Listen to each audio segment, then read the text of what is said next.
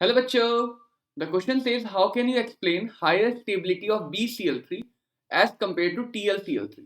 तो बेटा यहाँ पे हमें बोरॉन ट्राइक्लोराइड की स्टेबिलिटी को कंपेयर करना है as compared to thallium trichloride. तो आइए इस क्वेश्चन को समझते हैं।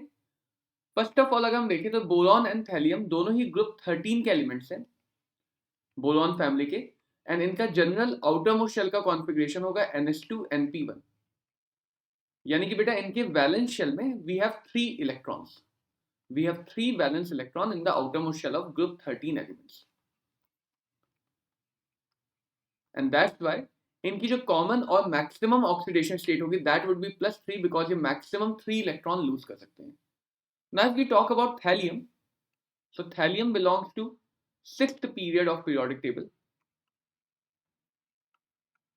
एंड 6th पीरियड में nth शेल के पीछे हमें n-1th d शेल भी मिलेगी, d subshell, and n-2th f subshell में भी इलेक्ट्रॉन्स मिलेंगे, क्योंकि 6 पीरियड तक आता है लैंथेनॉइड एटम्स की भी फिलिंग स्टार्ट हो जाती है, लैंथेनॉइड्स भी मिलने स्टार्ट हो जाते हैं। And both d and f subshells have very poor shielding, they have very poor shielding. यानी कि बेटा यहाँ पे हम ये समझ सकते हैं कि d और f सबशेल के इलेक्ट्रॉन न्यूक्लियस के चार्ज को उतना बेटर शील्ड नहीं कर पाएंगे जितना बेटर हमारे पास s या p सबशेल के इलेक्ट्रॉन करते हैं। And due to this poor shielding, जो बाहर वाली ns शेल है इस पे लगने वाला न्यूक्लियस का इफेक्टिव चार्ज इंक्रीज कर जाएगा।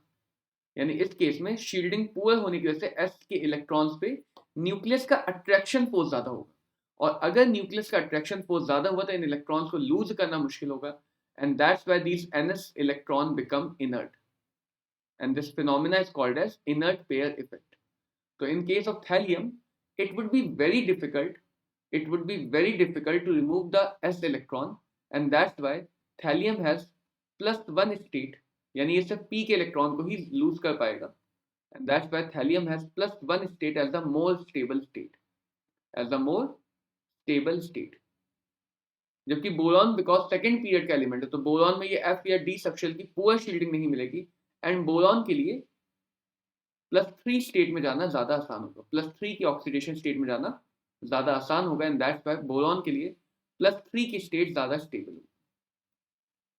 So for boron, the +3 oxidation state is more stable than +1, while for thallium, the +1 state is more stable than the +3 state.